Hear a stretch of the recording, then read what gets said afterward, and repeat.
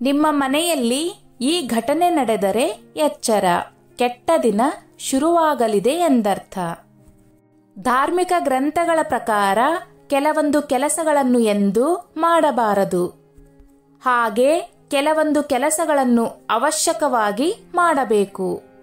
ಕೆಲ ಕೆಲಸಗಳು, ಘಟನೆಗಳು ಅನಾದಿ ಕಾಲದಿಂದಲೂ ಅಶುಭ ಸಂಕೇತ ಎನ್ನಲಾಗಿದೆ. ನಕಾರಾತ್ಮಕ ಪ್ರಭಾವ ಬೀರುತ್ತದೆ ಎನ್ನಲಾಗಿದೆ. ಹಾಗೆ ಕೆಲ ಕೆಲಸ, ಘಟನೆಗಳು ಅನಾದಿ ಕಾಲದಿಂದಲೂ ಶುಭ, ಮಂಗಳಕರ ಎನ್ನಲಾಗಿದೆ. ಪ್ರತಿಯೊಬ್ಬ ವ್ಯಕ್ತಿ ಈ ಎಲ್ಲದರ ಬಗ್ಗೆ ತಿಳಿದಿರಬೇಕು. ಯಾವುದು ಶುಭ, ಯಾವುದು ಅಶುಭ ಎಂಬುವುದು ಗೊತ್ತಿರಬೇಕು. 1. ಮನೆಯಲ್ಲಿರುವ ಕುರ್ಚಿ ಅಥವಾ ಸೋಫಾ ತಾನಾಗಿಯೇ ಮುರಿದರೆ ಅದು ಅಶುಭ ಸಂಕೇತ. ಮುಂದಿನ ದಿನಗಳಲ್ಲಿ ಕಷ್ಟಗಳು ಎದುರಾಗಲಿದೆ ಎಂದರ್ಥ. 2. ಅಲಂಕಾರಗೊಂಡ ಮಹಿಳೆ ಕಣ್ಣ ಮುಂದೆ ಬಂದರೆ ಅದು ಶುಭಕರವೆಂದು ಶಾಸ್ತ್ರದಲ್ಲಿ ಹೇಳಲಾಗಿದೆ. ಆದರೆ ಸ್ವಪ್ನದಲ್ಲಿ ಕಾಣಬಾರದು ಎನ್ನಲಾಗಿದೆ. 3. ಡೋಲು ಬಾರಿಸುವಾಗ ಒಡಕು ಶಬ್ದ ಬಂದರೆ ಅದನ್ನು ಅಪಶಕುನವೆಂದು ಪರಿಗಣಿಸಲಾಗಿದೆ. 4. ಮನೆಯಲ್ಲಿ ಇಲಿ, ಚಿಟ್ಟೆ, ಜೇನುನೊಣ, ಗೆದ್ದಲು, ಸೂಕ್ಷ್ಮ ಕೀಟಗಳು ಕಾಣಿಸಿಕೊಂಡರೆ ಅಮಂಗಳಕರ, ಸಂಪತ್ತು ನಾಶದ ಸಂಕೇತವೆಂದು ಇದನ್ನು ನಂಬಲಾಗಿದೆ. 5. ಚಿನ್ನ, ಬೆಳ್ಳಿ, ಆಭರಣ, ವಜ್ರದ ಆಭರಣವನ್ನು ಕಳೆದುಕೊಳ್ಳುವುದು ಅಶುಭ.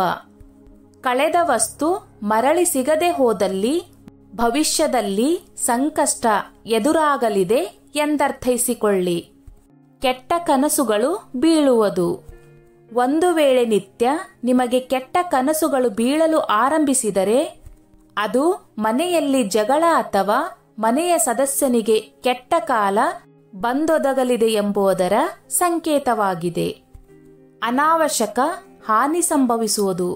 ಒಂದು ವೇಳೆ ಪದೇ ಪದೇ ನಿಮಗೆ ಅನಾವಶ್ಯಕ ಹಾನಿ ಸಂಭವಿಸುತ್ತಿದ್ದರೆ, ಬರಬೇಕಿರುವ ಹಣ ನಿಂತು ಹೋದರೆ, ಎಲ್ಲಿಂದಲೂ ಯಾವುದೇ ರೀತಿಯ ಆದಾಯ ಬರುತ್ತಿಲ್ಲ ಎಂದಾದಲ್ಲಿ ನೀವು ಶನಿಯ ಕೆಟ್ಟ ಪ್ರಭಾವಕ್ಕೆ ಒಳಗಾಗಿದ್ದೀರಿ ಎಂದರ್ಥ.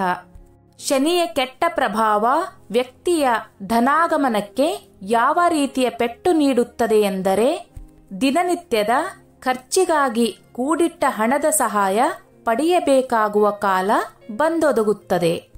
ಕಣ್ಣು ಹೊಡೆದುಕೊಳ್ಳುವುದು.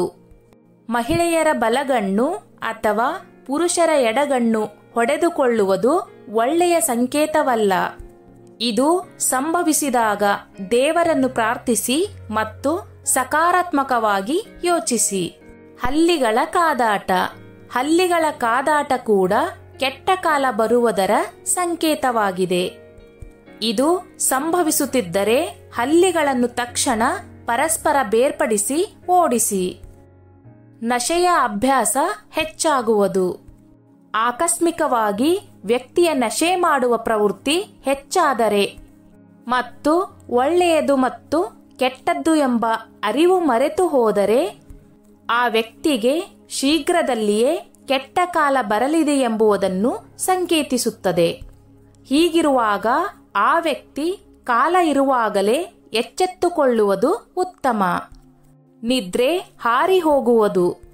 ಮನೆಯಲ್ಲಿ ಆಕಸ್ಮಿಕವಾಗಿ ಯಾವುದೇ ಸದಸ್ಯರೊಬ್ಬರ ನಿದ್ರೆ ಹಾರಿ ಹೋಗುವುದು ಕೂಡ ಒಂದು ಕೆಟ್ಟ ಕಾಲ ಬರುವುದರ ಸಂಕೇತವಾಗಿದೆ.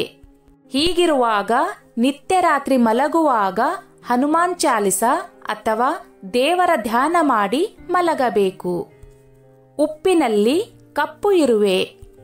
ಕಪ್ಪು ಇರುವೆಗಳು ವ್ಯಕ್ತಿಯ ಮನೆಯಲ್ಲಿ ಉಪ್ಪಿನ ಪಾತ್ರೆಯಲ್ಲಿ ಅಥವಾ ಉಪ್ಪಿನಲ್ಲಿ ಸಿಲುಕಿಕೊಂಡರೆ ಅದನ್ನು ದುರಾದೃಷ್ಟವೆಂದು ಪರಿಗಣಿಸಲಾಗುತ್ತದೆ.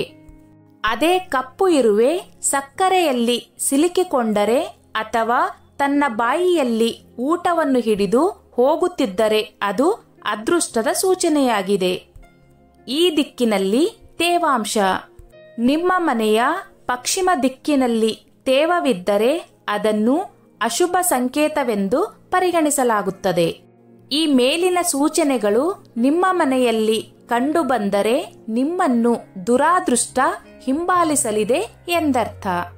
ಇದು ನಿಮ್ಮ ಜೀವನದ ದುರಾದೃಷ್ಟವನ್ನು ಆಹ್ವಾನಿಸುತ್ತದೆ. ಆದ್ದರಿಂದ ಇವುಗಳ ಬಗ್ಗೆ ಎಚ್ಚರ ವಹಿಸುವುದು ಅತ್ಯಗತ್ಯ. ಸ್ನೇಹಿತರೆ, ಈ ನನ್ನ ಮಾಹಿತಿ ನಿಮಗೆ ಇಷ್ಟವಾಗಿದ್ದಲ್ಲಿ ದಯವಿಟ್ಟು ಶೇರ್ ಮಾಡಿ, ಲೈಕ್ ಮಾಡಿ ಮತ್ತು ಸಬ್ಸ್ಕ್ರೈಬ್ ಮಾಡಿ.